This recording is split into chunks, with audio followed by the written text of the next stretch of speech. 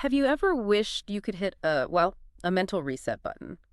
Or maybe just tweak your perspective a little to see challenges differently? Today, we're taking a deep dive into a collection that promises to do pretty much just that. It's Brianna Wiest's 101 essays that will change the way you think.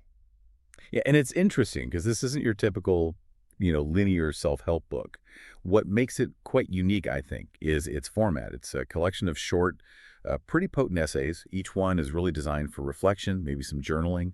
They explore everything from psychology and self-awareness to emotional intelligence, personal growth.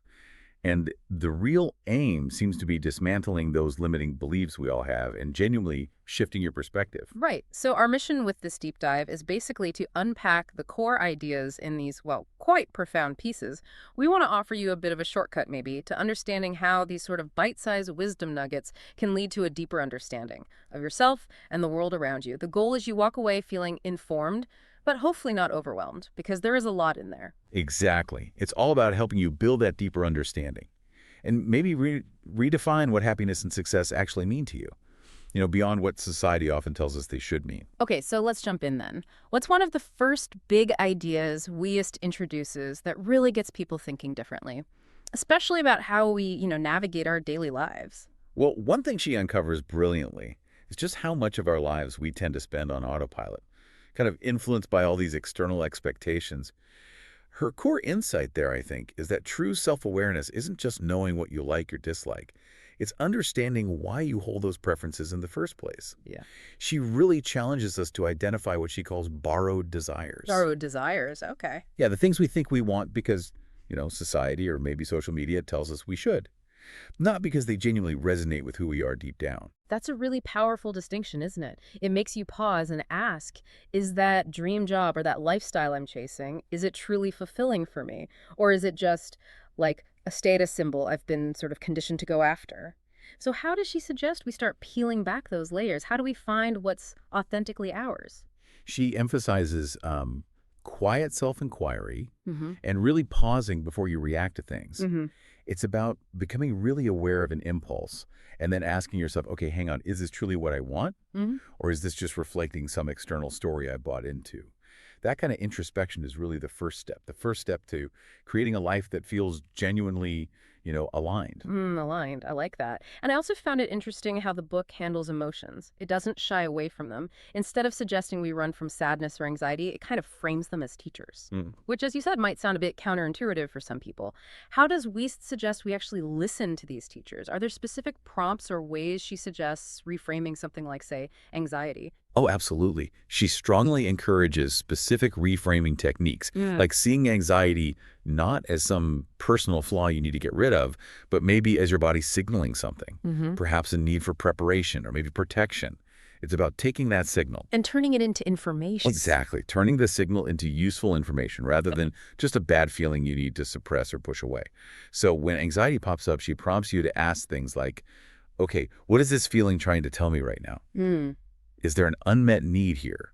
Or maybe an unaddressed fear? That feels like a very pragmatic way to approach it. But I wonder, though, for someone who's really struggling maybe with chronic anxiety or, deeper emotional challenges, does the book offer concrete strategies for that? Or is it leaning more towards the mindset shift? Is there maybe a risk of oversimplifying what can be really complex emotional states? That's a really fair question. And it's important to be clear. This isn't a clinical therapy guide, right? But what Wheezes focuses on heavily is providing the mental tools, the frameworks to approach emotional discomfort differently. She prompts that self-inquiry, which empowers you to start navigating your own internal landscape. It's really about a foundational shift in perspective. Now, that might absolutely need to be supplemented with professional support for deeper issues, Mm-hmm. but it lays some really crucial groundwork, I think. Okay, that makes sense. And that actually leads perfectly into another huge point she makes, which is redefining happiness and success. Because let's face it, if we're constantly chasing what society labels as success, the money, the fame, the status, we might completely miss out on the real deal. Indeed. And Weiss proposes that happiness isn't about achieving some state of constant pleasure, which is probably impossible anyway. It's more about the ability to find meaning and purpose in the stuff of daily life.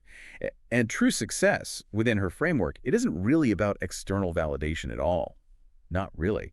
It's much more about living in alignment with your own core values and your personal vision for your life. It's quite a powerful recalibration away from all those external pressures. I'm particularly interested in that emphasis on perspective shifts throughout the book. Can you give us an example? How might Wiestis encourage us to reframe a common challenge, maybe something like failure? Oh, that's a brilliant point to bring up because she truly does flip the script on how we usually think about failure. Instead of seeing it just as a setback or something negative, she frames it as essential data, basically feedback on what doesn't work. Just feedback. Well, yeah, but she pushes it further. It's not just, oh, it's feedback. She encourages you to see it almost like data from a failed experiment, which then prompts you to, okay, isolate the variables, figure out what went wrong, and iterate.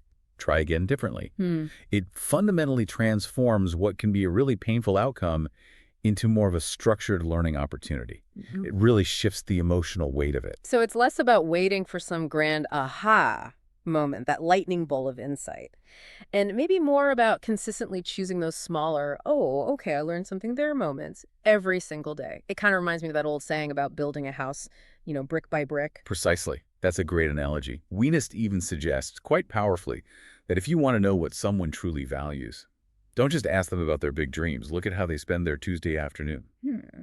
The everyday stuff. Exactly. Your life is fundamentally shaped by how you spend your mornings, how you talk to yourself internally, how you respond to those little daily challenges and frustrations. All those seemingly insignificant choices, they cumulatively build your reality. And the book's style, being these short essays, makes these profound ideas feel quite actionable in those small moments. Each piece is short, but packed with depth. Yeah, that makes it really easy to just dip in and out of, doesn't it? Which I think is a huge strength for a book like this. Yes. And that accessibility, that ease of access, it also supports one of its other recurring themes, which seems to be about letting go of control. Yes, that's a powerful and, I think, deeply resonant theme throughout the work. The book continually nudges you towards surrendering that need to control everything external, which is impossible anyway. It's more about accepting uncertainty as just an inherent part of life, part of growth, and instead focusing your energy where it counts on what you can actually control. Like your mindset. Your mindset, your effort, your actions, your responses, rather than getting caught up in events or outcomes that are simply beyond your grasp. And, while some readers might find certain themes cropping up repeatedly, Yeah, I noticed that a bit. right, but I don't think that repetition is necessarily a flaw. It feels more like a deliberate method, a way to really embed these core ideas deeply so they stick with you. So we connect this to the bigger picture. 101 essays that will change the way you think isn't really designed as a structured step-by-step blueprint for, instant life transformation. Instead, I think its true power, its real strength, lies in its ability to consistently plant these seeds of thought, one profound insight at a time. It certainly seems to live up to its name, provided you approach it with an open mind and a willingness to actually reflect on the ideas. It's widely lauded, isn't it? Seen as a powerful, thought-provoking book for modern readers who are seeking clarity, maybe purpose, deeper self-awareness. It's earned a strong rating too, I believe around 4.3 out of 5, which is pretty solid. Which brings us, I think, to a really important question for you listening right now. Given all these powerful reframes we've talked about, if you were to pick just one area to focus on initially, maybe it's how you view your emotions or perhaps how you define success for yourself, what small perspective shift, just one small one from this deep dive, could start to reshape your reality, maybe even this week? So what does this all really mean for you? I think it's a powerful reminder, isn't it, that sometimes the most significant changes, the really big shifts, they don't begin with grand gestures or these dramatic life overhauls. Often they start with the quiet, consistent work of just observing your own mind, noticing your thoughts, and recognizing the immense power held